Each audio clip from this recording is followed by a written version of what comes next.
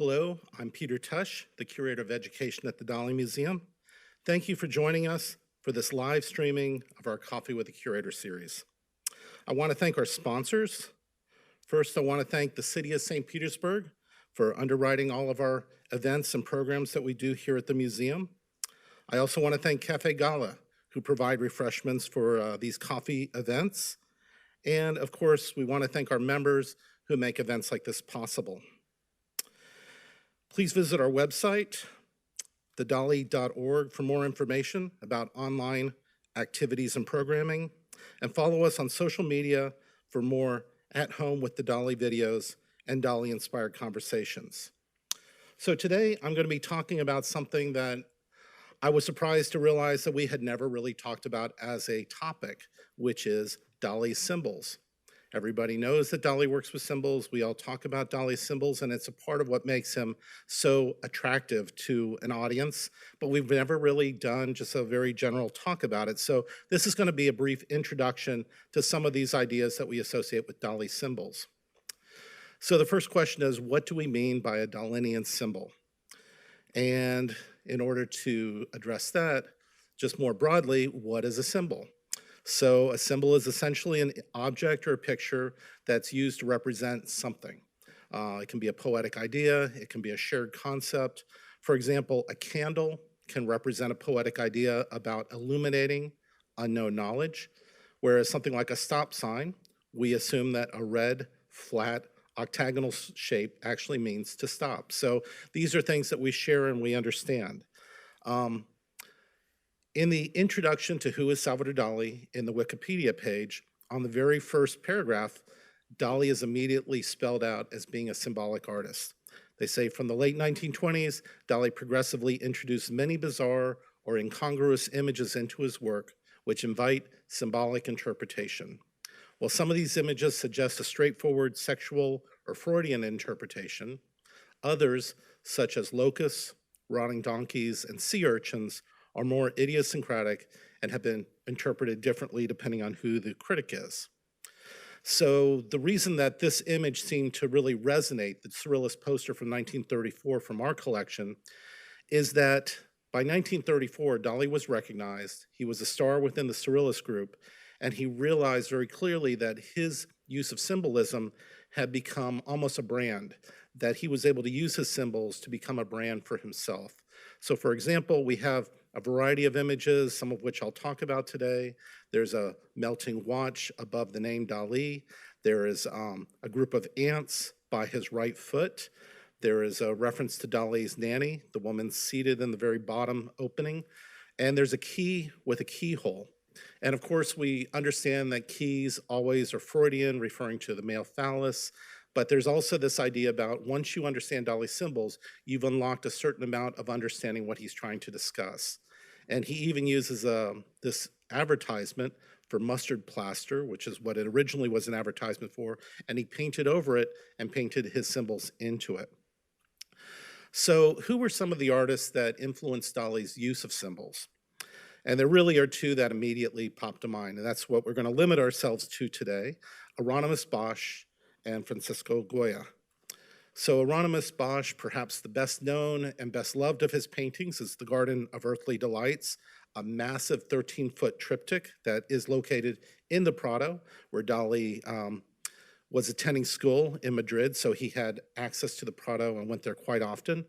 It was painted somewhere between 1490 and 1510, and it really is an amazing, very moralistic study of sin and the fall of man, going from the Garden of Eden to hell and what hell holds in store for us. And it has been interpreted by so many people because Bosch never wrote about what he intended his meanings behind his symbols to be, but they were somewhat widely known, and then others were very specific to him. So for example, this is just a list of some of the potential interpretations for images that you would find in this work. For example, a pig represents a false priest or gluttony. Fruit, such as strawberries, represent carnal pleasure. Fish are false prophets or lewdness. Ice skaters represent folly. et cetera, et cetera. There is an extraordinary number of very specific symbols he includes, some of which are easy to interpret, some are very unique to him. For example, this is one detail, one of the most extraordinary details of this man cavorting with a nun, so a reference to false piety and lewdness. But in the very center, there's a strange little monstrous creature bowing down, and hanging from him, dangling, is a foot. And this is a very specific and unique reference. This is a symbol that would be known to people at the time, but has been lost to our understanding, common understanding. It's a sawed-off foot, and during Bosch's time, that would have symbolized St. Anthony's fire, because this was a kind of gangrene that was caused by eating bread that had been infected by black mold. And so people were losing limbs. So to see a limb like this refers to some of the horror that could happen to you by going astray. So when we come much more closely to the time of Dali, the late 1700s, and look at Francisco Goya, one of the immediate predecessors who influenced Dali's approach to his art, we have The Sleep of Reason Produces Monsters. This remarkable piece where Goya himself depicts himself as having fallen asleep, and when rationality sleeps or drifts, there's the possibility and potential for unleashing horrible things. And these images, these ideas, these bats, this lynx, these owls have been interpreted various ways, but for example, one particular scholar says that the bats may symbolize ignorance, while the owls symbolize folly, and the cats symbolize witchcraft. There are various accounts and various scholars who will question these ideas, but it's that point is that Goya was using symbols in a very unique and personal way to talk about what we're trying to avoid, this idea of the unleashing of monsters. So Dali had a lot of opportunity to look at Goya and Bosch at the Prado and to think about this kind of symbolic learning.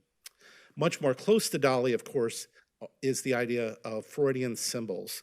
And when Dali was young in Madrid in 1924 and 25, he and his friends had an opportunity to read Sigmund Freud's The Interpretation of Dreams, published in 1900, but translated into Spanish in 1924.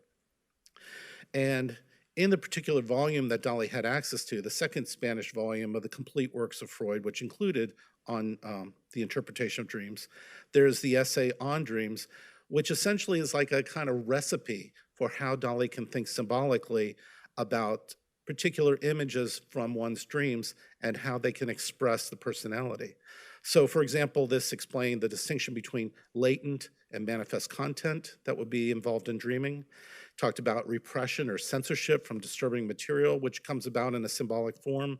And it talks about displacement and condensation and the conviction that dreams are always an expression of wish fulfillment. So all of these things had almost like a magical recipe for Dali to respond to. And indeed, he says that once he had read Freud's book, he was gripped with what he called the vice of self-interpretation, that he became obsessed by not just interpreting his dreams, but chance encounters through the day, unusual slips of the tongue, and seeing all of this as symbolic. So when we come to one of our most important early paintings from Surrealism that's in our collection, The First Days of Spring, you can see that Dali was really poised to become a symbolic machine. This is like an open sesame to his ideas of symbolism. And when you put First Days of Spring next to Hieronymus Bosch's The Garden of Earthly Delights, you can see that what Dali has created is almost like a very focused attention to these little huddles and characters that we find strewn throughout the Earthly Delights painting. So it's almost like Dali has distinguished a few key images that are just as perplexing as the images in Hieronymus Bosch and can only be really unraveled through symbolic interpretation. Dali talks about and really praises himself in his secret life by saying that a particular surrealist writer, Robert Desnos, wanted to buy this painting, but he had no money. He certainly understood the originality of my painting, which was called The First Days of Spring, and in which libidinous pleasure was described in symbols of a surprising objectivity.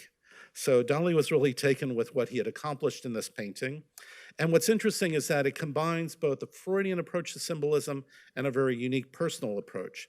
So for example, in the very composition itself, you don't see any birds, any trees, any grass, but you have this very desolate landscape. It seems to be pavement all the way to the horizon, and dissecting it right down the center is a stairway. It's just a simple step, two steps that lead to nothing. So it goes from nothing.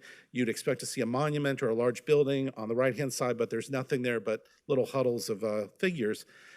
In Freud's writings, he talks about the fact that steps, stairs, and ladders are constantly classified as symbols of sexual intercourse.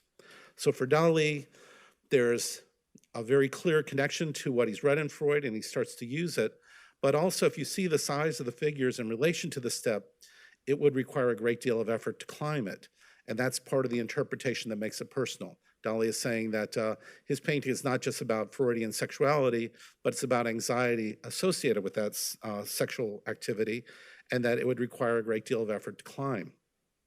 On a much more personal level, over on the other side, on the right-hand side, there's a curious cluster of figures, and in the middle of them, just to the left-hand side in this slide, you can see that there's a little doll face on top of a head. And that head is actually Dali's self-portrait. We later know it to be the great masturbator. And connected to that face is a grasshopper upside down. And a grasshopper was not a symbol that you would have found in Freud, but you would find a lot of references to it in Dali. And indeed, we're going to return back to this in a little bit and talk about it as one of the key symbols. But for Dali, it was an image of fear. So he's using a personal symbol and placing it in almost in the same kind of equivalent manner that he used Freud. And then finally, you have the strange, almost like a self-exquisite corpse that Dali places in the center bottom. And the vessel that we have is a reference to, from Freud, to the idea of female as vessel or a sexual opening. And then on top of it, there's this blue line with numbers, which has been seen as a thermometer, but a thermometer that behaves in an absurd manner. We can't read it. And Dali was playing a lot with personal symbols referring to irrational science or ideas about science and rationality not functioning in the dream world. So that here we take a personal image of the thermometer and combine it with a Freudian symbol that it's amplifying. So there's going to be a lot of references to particular interpretations of images. What are the sources of these interpretations? Well, the first thing you can say is that in The Secret Life, which Dali wrote when he was 36 years old, he reveals in great detail an explanation of a number of these key symbols. He approaches them as symbols. He talks about how Freud influenced some of his symbols. The one thing we have to be very clear about, sometimes he associates personal stories with the symbols, which may or may not be true. There's no way to be sure that these things truly happened in Dali's life. And the important thing is that that doesn't matter. What Dali has provided in The Secret Life is more or less a lexicon of the information informing symbols like the grasshopper or the girl skipping rope or butterflies, all of these different symbols that you find throughout Dali's paintings. Also, as I mentioned, Sigmund Freud's interpretation of dreams contains, again, another lexicon of understanding. And then the Holy Bible contains very specific references to key images that Dali later in his life starts to replace the Freudian symbols with, so that you suddenly have Christian and Catholic symbols that are being used in the same way.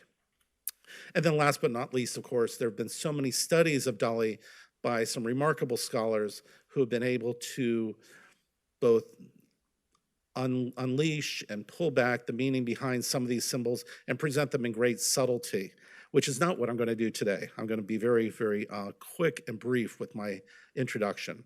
But I thought it would be good to maybe look at 5 different Dali symbols, which are very common, which we find throughout his work, as a way to indicate how these symbols can be read and how they can change over time.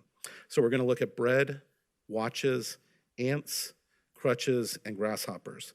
So the first one, bread, is one that we find throughout Dali's work. And depending on the period of time, initially it was a staple of life as a symbolic interpretation. Eventually it became a sexual fetish. And finally, a kind of Eucharistic Christian understanding of its meaning. So the painting in our collection, Basket of Bread from 1926, clearly at this point, bread is a staple of life. Bread is the most simple sustenance that unites all of men, and this is the way Dali described it. But Dali also clearly is referencing the spiritual side, or the spiritual interpretation of bread as the body of Christ, or the Eucharist, which would have been the way it was understood during the Baroque period, which influences this painting. Jump forward about 10 years, 5 to 10 years, and suddenly, clearly Dali has moved his bread from staple of life to becoming a very, very potent sexual symbol, a symbol of fear of impotence. So here we have a very erect loaf of bread, obviously very phallic. It needs to be held up by the string or the lasso in order to maintain its rigidity. And then we have that countered by the limp watch that's draped over it. So a fear of sexual impotence is the clear understanding of this, done in a very almost comical way.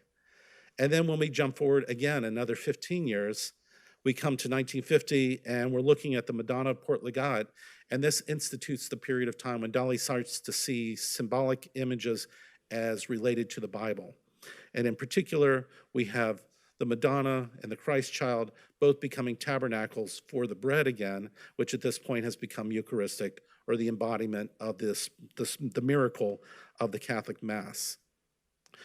The next symbol to look at is watches. And I think there's no other symbol that's become Dali's brand more than the Dali watch. And there's two slightly different interpretations for it. I think clearly it's a symbol of impotence, and it's very much like the bread we just saw that was harnessed. There's something about a melting watch that it's supposed to be a solid object that's become limp and flaccid. But there's also a very other important interpretation, which is that a melting watch no longer functions the way that we need it to. In our daily life, we need to use a watch to tell time.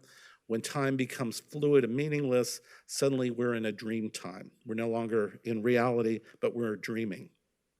Dali talks about his watches, and this is a great quote. He says, "My limp watches are nothing else than the tender, extravagant, and solitary, paranoid, critical camembert of time and space." He wrote that in 1935. What that means, I don't know. But it's certainly a provocative quote related specifically to the watch as a symbol, related to, at least the way he stated it here, it relates to Einstein and the idea of a very modern scientific notion of space and time. And we see time as fluid in the persistence of memory. And then again, in relation to the Catalan bread, time has become flaccid, so it becomes more of a symbol of the impotence of time and the impotence of shape. And then later, as Dali moves from 1931 to 1954, he goes back to his original watches and he transforms them into a kind of post-apocalyptic or post-scientific period. And in 1954, his watches become much more brittle and glass-like, so that the symbol becomes something much more fragile and not so much about a fear of impotence or the kind of meaningless of time in the dreamscape, but rather the fragility of time in a post-atomic world. So the symbols do change. The third one we're going to talk about are ants. Ants are everywhere in Dali's work, and here's a few good examples. They're both sexual, they're horrific, and in some ways they become a brand, as we see in the bottom left-hand side. So ants are destructive. They also have a certain shock value, and they certainly have a sexual connotation related to either pubic hair or to sexual arousal. Dali has a strange quote. Again, this doesn't really tell us about ants, but it shows you how he uses ants in some of his ideas. This is from Diary of a Genius from the 1950s. He says, "When I was 5 years old, I saw an insect that had been eaten by ants, and of which nothing remained except the shell. Through the holes in its anatomy, one could see the sky. Every time I wish to attain purity, I look at the sky through flesh." The flesh revealed through the frenzy of the ants eating it away and stripping it away. So very provocative. We see ants in 1929 in The Profanation of the Host, a painting in our collection.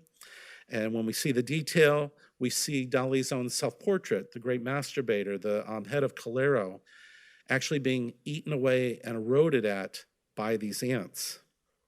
And jumping forward, we also see in the 1954 detail from the disintegration of the persistence of memory, ants actually contribute to the eating away and the eroding of time. So they're very destructive, but they become not so much about what ants are as what they symbolize, this destructive potential. The fourth symbol I'm going to show you is crutches. Crutches are everywhere in Dali's work. Here's a few examples of crutches supporting very odd and strange things. There are a lot of meanings to crutches. Crutches can be a very direct symbol of impotence, which is consistent with the other images we talked about. They also can be a reference to death, especially in relation to the Malaise Angeles paintings. They can be a prop for snobbery, which is the way he talks about them later. They can be a symbol for solemnity in relation to his nanny, but in a very, very fundamental way, they're a prop of absurdity or life in an irrational kind of state. And Dali has a great quote here. It's a little bit long, but I am going to read it. It gives you the sense of kind of the extraordinary pride Dali takes as he develops these symbols. He says that he inaugurated his pathetic crutch, particular version of it, the prop of the first crime of my childhood, as the all-powerful and exclusivist post-war symbol. Crutches to support the monstrous development of certain atmospheric cephalic skulls. Crutches immobilize the ecstasy of certain attitudes of rare elegance. Crutches to make architectural and durable the fugitive poses of a choreographed leap, to pin the ephemeral butterfly of the dancer with pins that would keep her poised for eternity. Crutches, crutches, crutches, crutches. It's a very obsessive, compulsive kind of extraordinary ecstasy that he takes in this passage. And here we can see in this first one, average atmospherocephalic bureaucrat in the act of milking a cranial harp, an extraordinary title from 1933. We can see that the crutch clearly in relation to the interpretation of impotence and the fear of impotence in relation to sex. But when we go to the next one, the weaning of furniture nutrition from 1 year later, here suddenly the crutch is basically in an absurd way holding up his nanny, who's become quite elderly. She's the woman who raised Dali, a woman named Lucia, and she now has a hole in her body, which is a very Dalinian idea, and the crutch is offered as support to her. In a more absurd fashion, here we have an extraordinary painting called The Suburbs of a Paranoid Critical Town, and right in the very center of it, there's a crutch that's holding up part of a building. Crutches we use with people to support us as we try to move, but we never think of inanimate objects like buildings needing to have human crutches, but that's what Dali has given us. One of my favorite photos from 1939 by Horst is this photograph of a costume designed by Dali for the Bacchanal ballet. And you can see where these are mannequins that are representing dancers from the ballet that have been indeed pinned like butterflies to hold for eternity these exquisite poses of the ballet. So this is where it becomes both absurd and surreal and yet at the same time beautiful. And just to double down on that, this is a great print from 1953, Woman of the Future, where her elegance has become so overwhelming that a crutch is needed in order to offer support. The last symbol I'm going to talk about are grasshoppers, which everybody thinks of with Dali. Here we have a few of the grasshoppers. First and foremost, the grasshopper is a symbol of terror.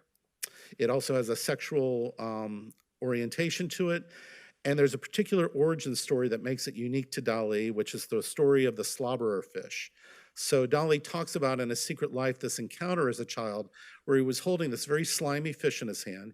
He looked very closely at the face, and he suddenly saw what to him looked like a grasshopper's face, filling him with repugnance and horror that seems to have lasted throughout his life, a sense of being thrown into the abyss by the horror in relation to this kind of uncontrollable sense of putrefaction that it engendered. And so we start to see grasshoppers everywhere through Dali's work. We have them here in First Days of Spring, as we saw. More developed here, this is Dali's great painting, The Great Masturbator from Madrid. You can see that the grasshopper here is now clutched to the face. Ants are eroding it in the area of its sexuality, and it's connected to the mouth. It's an emblem or symbol of horror, but it also conjures up ideas of having a roach run across somebody's face. That idea of repugnance is clearly associated with the way Dali has presented it.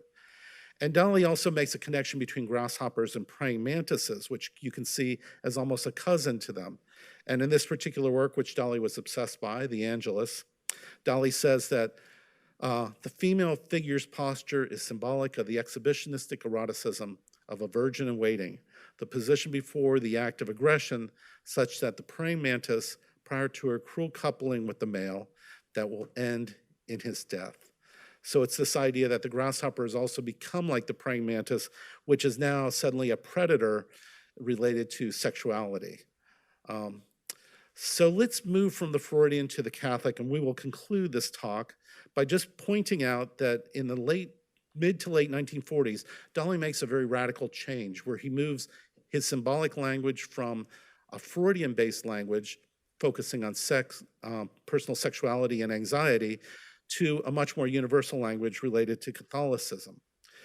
And when we look at this particular image related to the egg, which is the Geopoliticus child from 1943, Dali has not quite converted to a kind of Catholic language, but this image of a new man being born of the world is no longer a Freudian reference to an egg, but rather a much more universal symbol, which all of us can understand, regardless if you have access to Dali's writings or not. It suddenly becomes almost like a poster for this idea of the emergence of the new man during the war in 1943. And when we look at the Madonna of Port Legat from 1950, there's an egg poised right above the Madonna's head, hanging from a shell, and Dali is actually quoting Piero della Francesca in this particular image. And what he's doing is he's referencing exactly the symbolic association that would have been appropriate to Piero della Francesca. The apt shell was a symbol of new Venus, Mary, and of eternal beauty. So the ostrich egg that dangles down, which is both in Dali's and della Francesca's painting, hanging by a thread from the apse of the shell, is an emblem of Mary's fecundity and the promise of regeneration and immortality. So these are the ways that Dali's later symbols are trying to move our understanding of his work to a much more universal conclusion. So now, what I would recommend is if you do want to explore this topic further, I strongly suggest you download our Dali app, which has a lot of information about our paintings and pays particular close detail and attention to the ways that these symbols can be interpreted in relation to his art. Some of the things to pay attention to when you go looking through Dali's work: beans, butterflies, donkeys and eggs, elephants, flies, horns, inkwells, keys. There's just almost an endless litany of potential symbols that Dali has developed over his large body of work. And so with that, I want to say thank you. I hope you enjoyed this talk. And definitely tune in next month. We will have another speaker from the Dali Museum sharing with you more information about Salvador Dali. So thank you.